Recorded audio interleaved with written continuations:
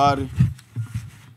Ninaitwa Mwinjilisti Aden Bahati Mayala, mwenyekiti wa Chadema kanda ya Kusini inayojumuisha mikoa mitatu: Lindi, Mtwara na Ruvuma. Taarifa hii tulitakiwa kuitoa kwa muda kidogo, lakini kwa bahati mbaya kama mlivyosikia waandishi wa habari, mambo yalikuwa sio mambo, tulipigwa mabomu kule Mbinga. Kwa hiyo tumeshindwa kuitoa taarifa kwa wakati, lakini tumeona ni wakati mwafaka sasa tuzungumze na Watanzania kupitia nyie waandishi wa habari.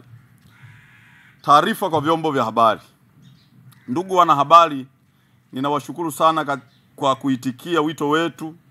Kwa kweli niwapongeze kwa kazi nzuri mnayoifanya kila siku ya kuhabarisha Watanzania. Mungu awabariki sana na kuwapatia afya tele.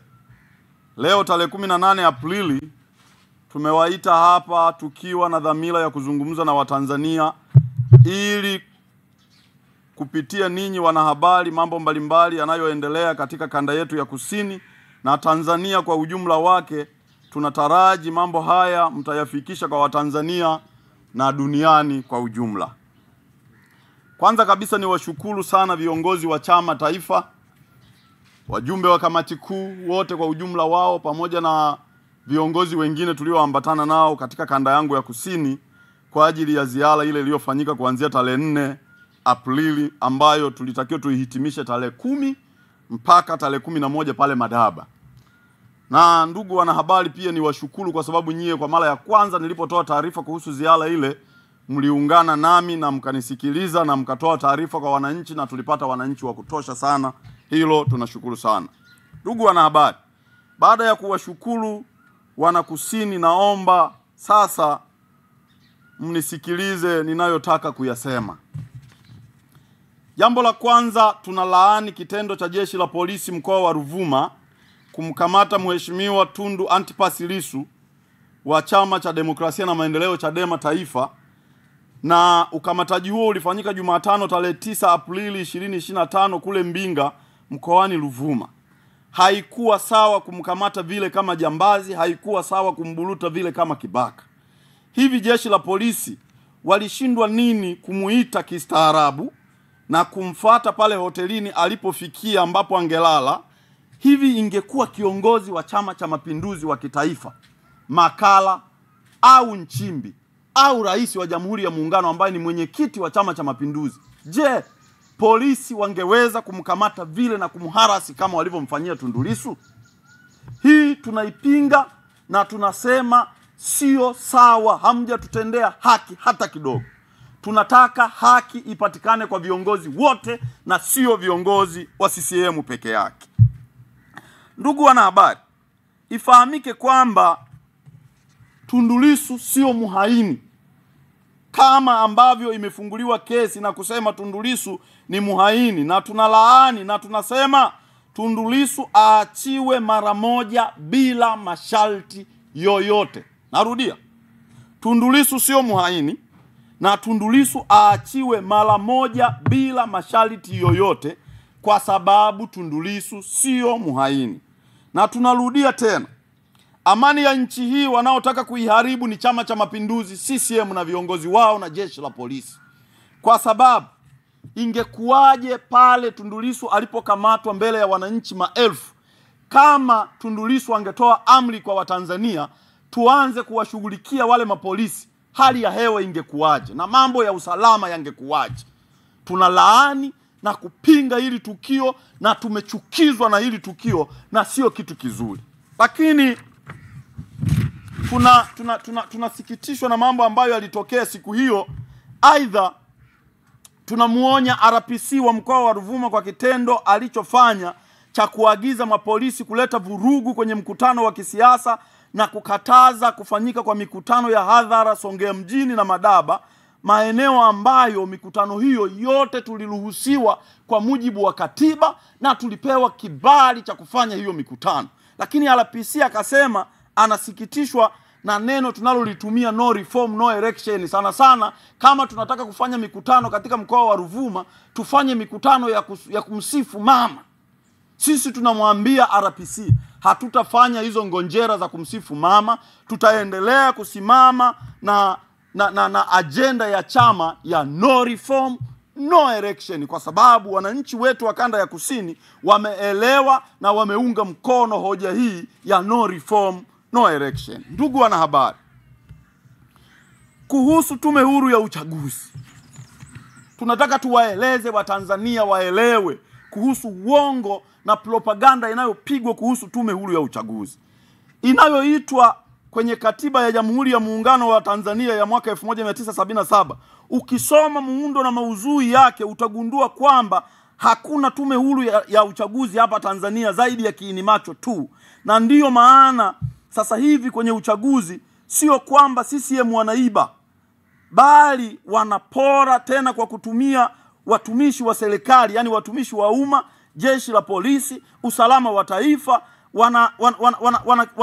Wanasema tunafanya uchaguzi, lakini ukweli ni kwamba hatufanyi uchaguzi. Na ndugu wanahabari, tuwaambie kwa tulipofikia Chadema leo, toka mwaka 2015 ndio ulikuwa mwisho wa kufanya uchaguzi sisi na CCM.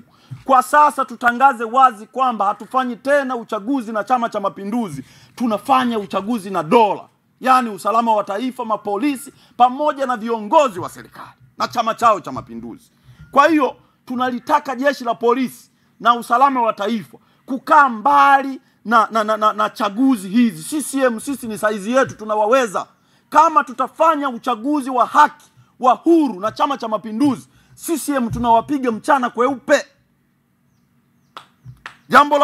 Jambo la tatu, tunaendelea kusisitiza kuwe na tume huru, iwe na watumishi wake kuanzia ngazi ya juu mpaka ngazi ya chini. Lakini tume tulionayo sasa, kuanzia mwenyekiti wa tume na mkurugenzi wa tume, wote ni wateule wa rais mpaka huko chini. Kwa hiyo tume sio tume huru kama inavyoitwa, imepewa tu jina tume huru, lakini hiyo ni tume ya mheshimiwa rais. Sisi tunaikataa hiyo tume na tunasisitiza no reforms no election. Jambo la tatu, ndugu wanahabari, jambo la nne, naomba niwaeleze ndugu wanahabari, uchaguzi ni takwa la kikatiba la Jamhuri ya Muungano wa Tanzania. Kwa mujibu wa katiba ibara ya 5 kifungu cha kwanza, uchaguzi ili uwe huru ni lazima kuwe na mazingira ya uhuru huo. Sio kusema tu huu uchaguzi utakuwa huru. Tulidanganywa hiyo 2019, 2020 na 2024. Lakini matokeo yake nchi nzima na dunia nzima imeona uchaguzi ulikuwa wa hovyo kuliko kawaida.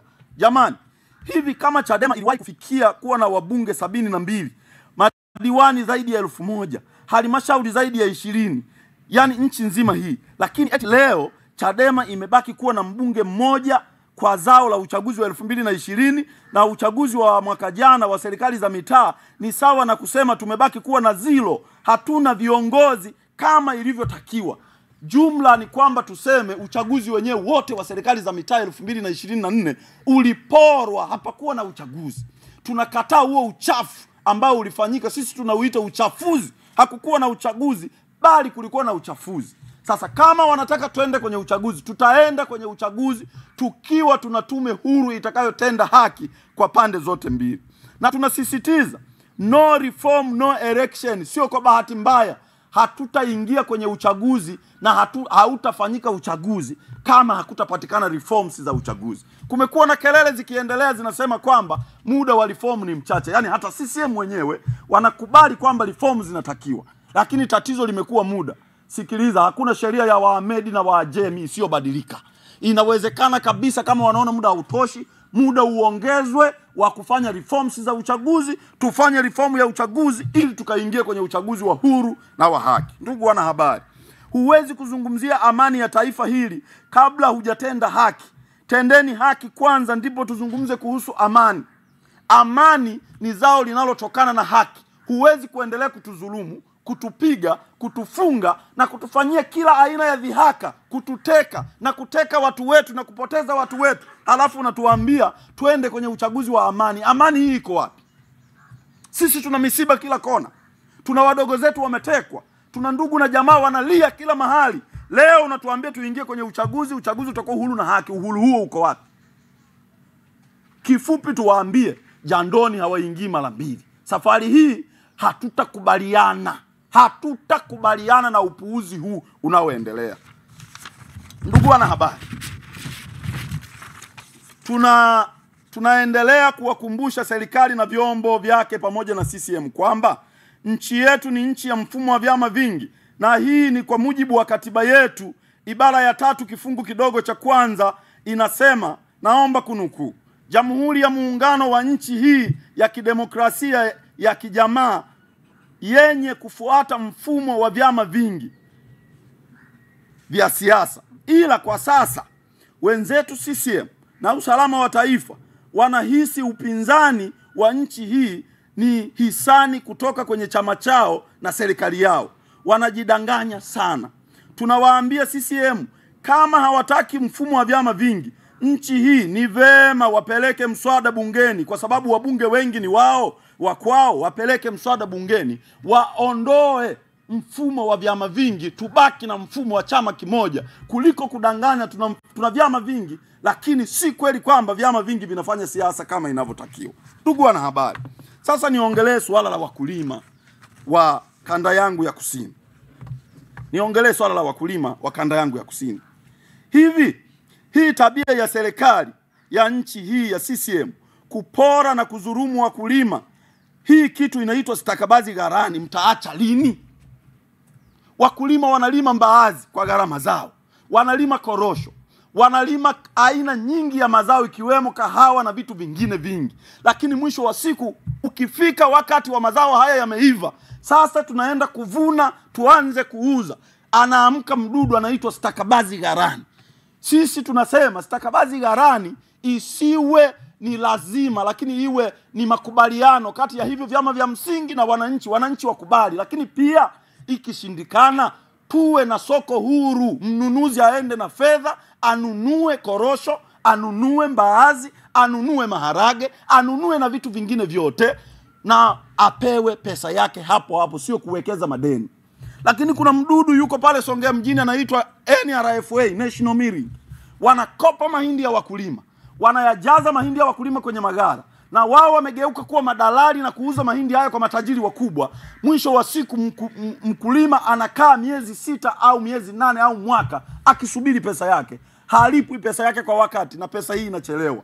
Hii tunasema sio sawa. Wananchi wetu wa kusini wamekuwa na hali mbaya sana na maisha yao yamekuwa magumu sana. Kwa hiyo tuombe, ndugu waandishi wa habari, mtufikishie habari hizi, na hawa watu wabadilishe mfumo wa ununuzi wa mazao ya wakulima, kwa sababu hakuna mkataba kati ya mkulima na serikali. Na swala lingine, ndugu wanahabari, naomba niongelee. Kwa kweli kuna wakati tunajiuliza, hivi kusini serikali hii ya CCM inatuonaje? Miundombinu mibovu kwa wale wanaosafiri kupitia barabara ya Dar es Salaam hadi Lindi na Mtwara kwenda Ruvuma, barabara zote ni mbovu. Juzi daraja lililovunjika mwaka jana limevunjika tena, limefanya ndani ya wiki karibu nzima au wiki mbili watu wameshindwa kusafiri kwa barabara hii ya kusini. Na tunawaona viongozi wakubwa tu wanaotoka kusini wakisema kwamba wataendelea kufanya marekebisho ya madaraja. Marekebisho ya barabara za kusini yatafanyika mpaka lini? Barabara za kutoka Njombe kwenda Ruvuma ni changamoto kubwa. Hakuna barabara, ni vilaka njia nzima toka Njombe mpaka unafika Songea. Lakini huko ndiko wanakosomba makaa ya mawe, huko ndiko wanakochimba uranium, huko ndiko wanakochukua kila aina ya mazao. Wameacha mashimo mazito na maisha magumu kwa wananchi wa kusini. Lakini wao wakiishi kwenye neema ya maisha mazuri, wakiogelea katikati ya neema. Hivi wana kusini ni nini wamewakosea nyie CCM na viongozi wa serikali? Ndugu wanahabari, kwa kweli inasikitisha sana kanda ya kusini kuwa kanda masikini, wakati huo hiyo kanda ndio inaongoza kutoa rasilimali za kila aina, na serikali inapata mamilioni na mabilioni ya shilingi kutoka kwenye hiyo kanda. Juzi nikiwa kwenye ziara yangu kwenye kata fulani inaitwa Chinongwe, ilinichukua muda mrefu sana kuingia barabara kuu kuelekea jimbo la Ruangwa la Waziri Mkuu. Barabara inayounganisha wilaya ya Ruangwa ya Waziri Mkuu kwenda wilaya jirani ya Nachingwea. Utafikiri barabara hiyo mapito yake ni ya wanyama. Hali kadhalika kutoka wilaya ya Nachingwea kwenda wilaya ya Liwale, hali ni hiyo hiyo. Ni matatizo mtupu, barabara zote zimekufa, hasa kipindi hiki ambacho mvua zinanyesha. Wakati huo huo malori ya makaa ya mawe zaidi ya 700 yanasombwa kwa siku kutoka Songea, maeneo ya Rwanda, Mbamba Bay na kule Muhukuru. Lakini wananchi wake wanaishi katika maisha magumu na katika maisha ya dhiki ambayo imepitiliza. Ndugu wanahabari, ajira. Twende tuzungumzie swala la ajira. Ajira imekuwa ni tatizo kubwa sana kwa nchi hii. Sasa ni hivi, miundombinu nimesema ni mibovu. Leo swala la ajira limekuwa shida kwenye hii nchi. Watoto wetu wanaambiwa watoke chuo kikuu, warudi waende VETA, wakasome VETA ndipo wapate ajira. Kama mmeshindwa kuwaajiri hawa watu alafu mnasema nyie mjiajiri, tunawauliza nyie wabunge mlioko bungeni, nyinyi viongozi wote wa serikali na wa Chama cha Mapinduzi, mbona nyinyi hamjaenda kujiajiri huko mashambani? Mbona nyinyi hamjaenda huko VETA kwenda kusoma ili mpate hizo ajira? Kwa nini watoto wetu sisi masikini ndio mnawakimbizia huko VETA waende wakatafuta hizi ajira ngumu? Ndugu wanahabari, tunaomba mtufikishie taarifa hizi kwa Chama cha Mapinduzi, kwa sababu tumeona Chama cha Mapinduzi hakina nia njema na Watanzania wenye maisha magumu. Pia serikali ya CCM na pia CCM na serikali mnatakiwa muelewe lengo la chama chochote cha siasa sio kuwa chama tu cha upinzani. Yaani nyie msije mkafikiri sisi kazi yetu kila siku ni kuwa chama tu cha upinzani. Chama chochote chenye malengo kinakuwa na malengo ya kushika dola. Kwa hiyo sisi Chadema hatujapanga kuwa chama kikuu cha upinzani miaka nenda miaka rudi. Mpango wetu mkubwa ni kushika dola, na hii dola tunataka tukaikamate kuanzia safari ya 2025. Wananchi tumewaeleza dhamira yetu ya no reform no election na wametuelewa vizuri. Kwa hiyo tunachosisitiza, tunataka tume huru. Ndugu wanahabari, kwa kweli niwakumbushe tu hawa jamaa zangu, ndugu yangu, kaka yangu ambaye ni Emmanuel Nchimbi na Makala, kwamba watu wameelewa sana msimamo wa Chadema. Lakini pia wasifikiri Watanzania wa leo ni wale Watanzania wa miaka ya 70. Watanzania wa leo wameelimika, wanajua kuchambua hoja. Mkishupaza shingo zenu mtavunjika, kwa sababu Watanzania hawa sio wajinga wa miaka ile ya 70 mlioko mnawadanganya. Mwisho, kwa jeshi la polisi, kwa kweli jeshi la polisi la Tanzania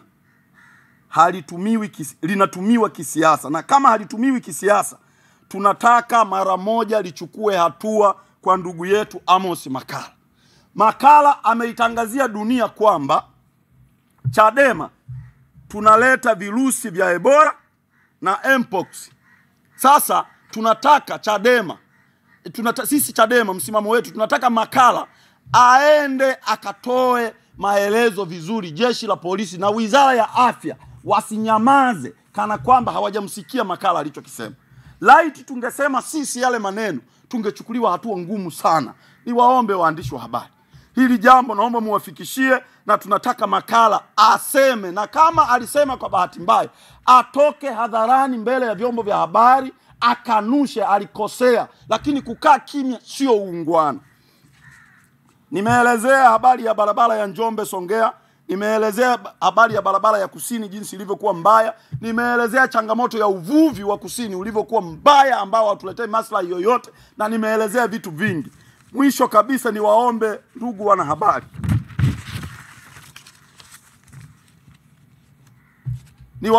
wanahabari, sisi wanakusini tumechoka kubaki katika lindi la umaskini. Sisi wanakusini tunaojumuisha mikoa mitatu ya Lindi, Mtwara na Ruvuma tumechoka katika hali ya kudhurumiwa na hii serikali kila siku, na tumechoka habari ya biashara ya stakabazi gharani kwenye mazao yetu. Na tuwaombe tu kwamba badilisheni huu mfumo, biashara iwe cash by cash.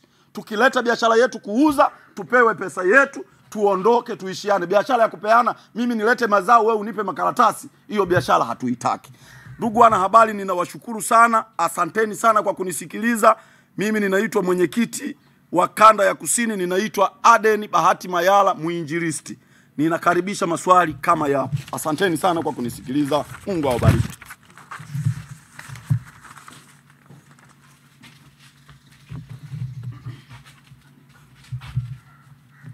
Waandishi wa habari, karibuni kwa maswali.